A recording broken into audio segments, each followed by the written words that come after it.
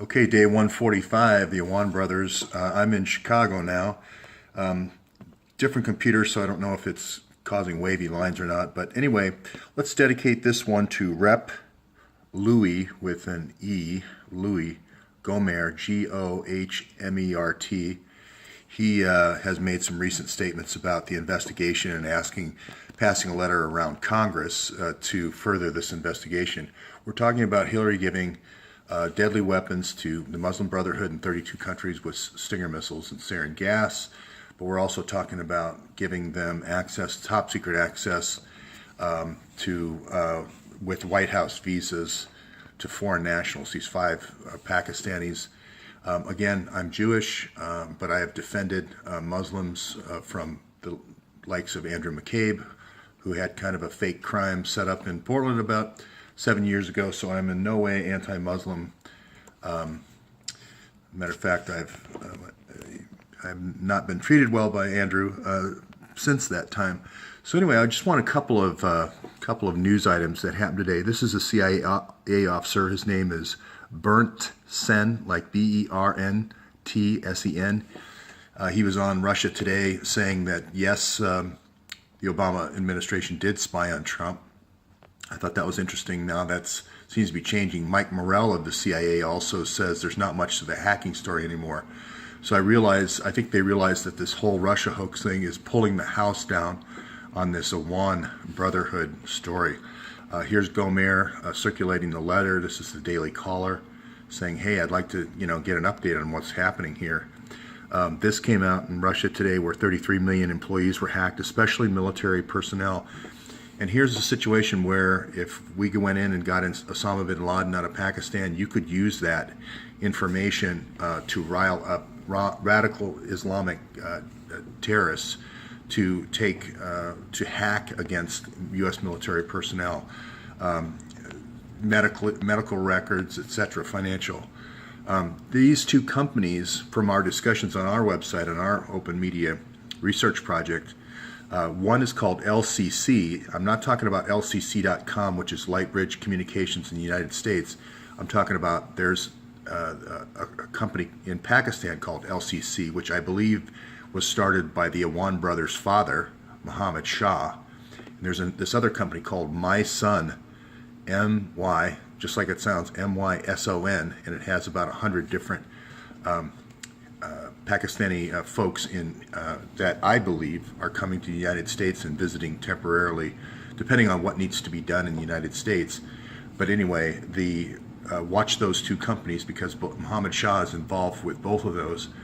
I believe the routers that have been installed around the United States potentially might have a backdoor installed in them. There was a massive upgrade done by the Obama administration technology-wise.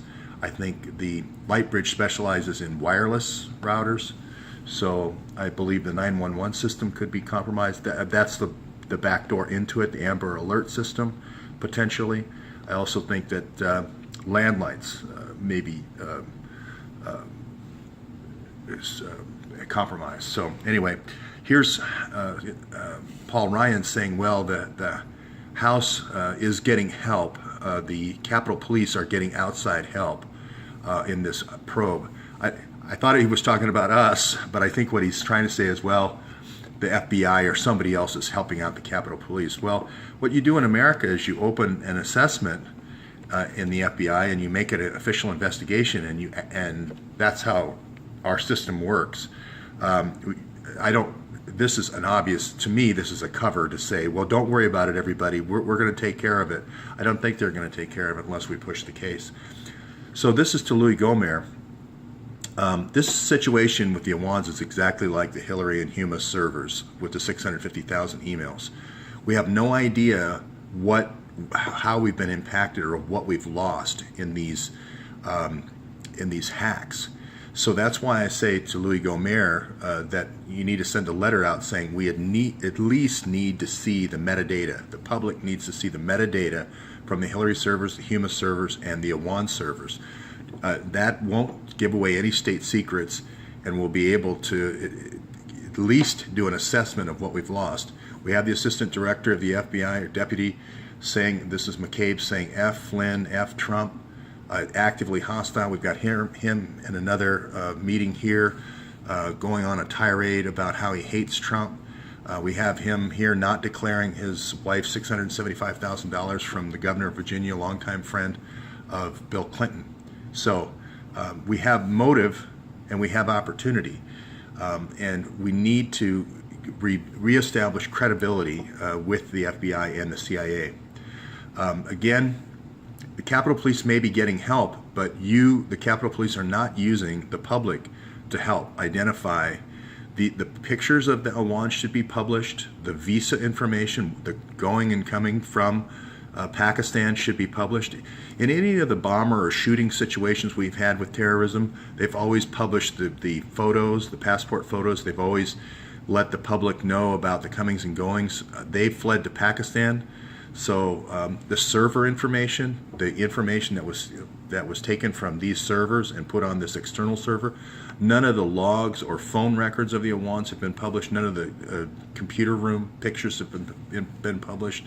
There's 20 congressional break-ins. We haven't heard anything about those congressional break-ins. So the Capitol Police may have help, but the outside help they should be looking for is the help of the public. Again, I'm not casting aspersions on Muslims here. I'm not the one who wrote the Daily Signal article where Attar here, a known Hezbollah sympathizer, gave them $100,000 for their failed car dealership, and he has known ties to terrorism. So the 20 burglaries, as I mentioned, haven't been talked about. And again, there's 31 Democrats. None of these folks have come forward, have written a letter back to Louis Gohmert. That what they should say is, yes, I remember them. Here's the dossier. Here's their photo. Here's what I remember of them. I can attest that I've met each one of them and personally vetted them. There should be some statement or interview by the 31 Democrats that said, yes, I can personally vouch for these folks. They came in the office every day. Here's their work record. It was outstanding, etc. Here's the evaluations I wrote for them. All the things that you would have to do for a regular employee like you or me. Their badges, so forth, access to top secret facilities and so forth. We know they got top secret clearance. This is Jackie Spear asking for it. We know Debbie Wasserman Schultz was the one who hired them. So there should be documentation in their file, in the personnel file, the annual reviews and so forth. So all that information needs to come forward and needs to be published by the Capitol Police. We know that the stepmother of the 3 boys said she was imprisoned against her will, and she was hacked. These folks had phone hacking skills. This is the Imran Awan's Facebook page. He's the one who put the police, all these police pictures and police organizations and dying court training and so forth on his Facebook site. He's the one who put radical jihad type photos and military jihad on his website.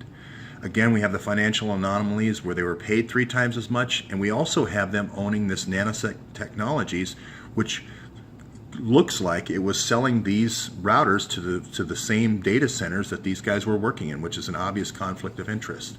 Nanosec Technologies. We have a doctor from Bangladesh. We don't know why she's involved. She doesn't seem to be. Seems to be very spotty records of the company they were in together.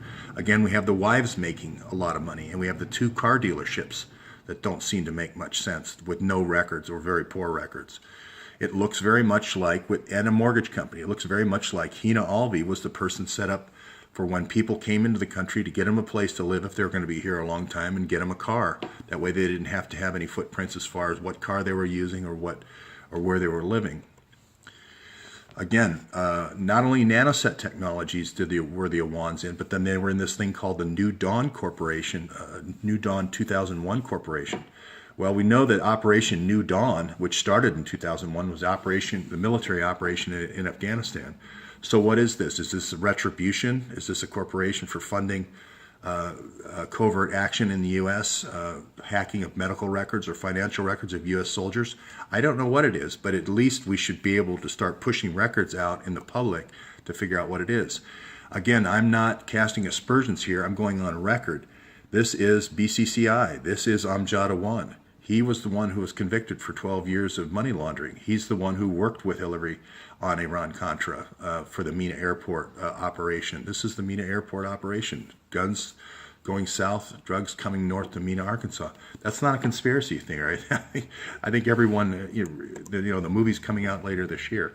We have Graham Drumheller, who wrote the plan for Gulen to get the drugs from Pakistan to Turkey. So it's not like we have a convicted, in Virginia right now, we have a convicted drug runner who ran that line between Pakistan and Turkey, and his name is Reza Zarab. His brother also is loose and wanted as well. They were doing the gold for oil trade between Turkey and Iran.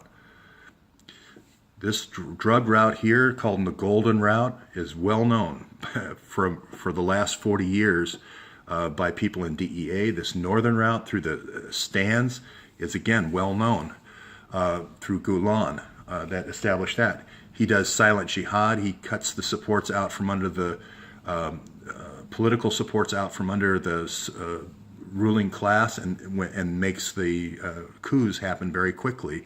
That's what he calls silent coup or silent jihad or civilized jihad or whatever he wants to call it. So, and finally we have people like Mohammed Hunzla who are coming into the United States and working for this LCC, Lightbridge Communications, in the United States. So isn't it odd that he's working for Lightbridge Communications here in the U.S., who is a U.S. defense contractor, who has worked for the Defense Information Systems Agency, and there's also a corresponding LCC in Pakistan owned by the Awan brothers' father. Again, these are terror ties. Again, we have people in Congress, Dennis Kucinich, to say, I was wiretapped. This ability here, this global information grid, gives the ability to tap anywhere in the spectrum. Anywhere in the spectrum. So I'm just putting this forward to Louis Gohmert, putting this forward to the committee and entering this in and encouraging the Capitol Police and the FBI, first the FBI to make this a true investigation, and second to involve the public like you would involve the public in any other terrorist activity.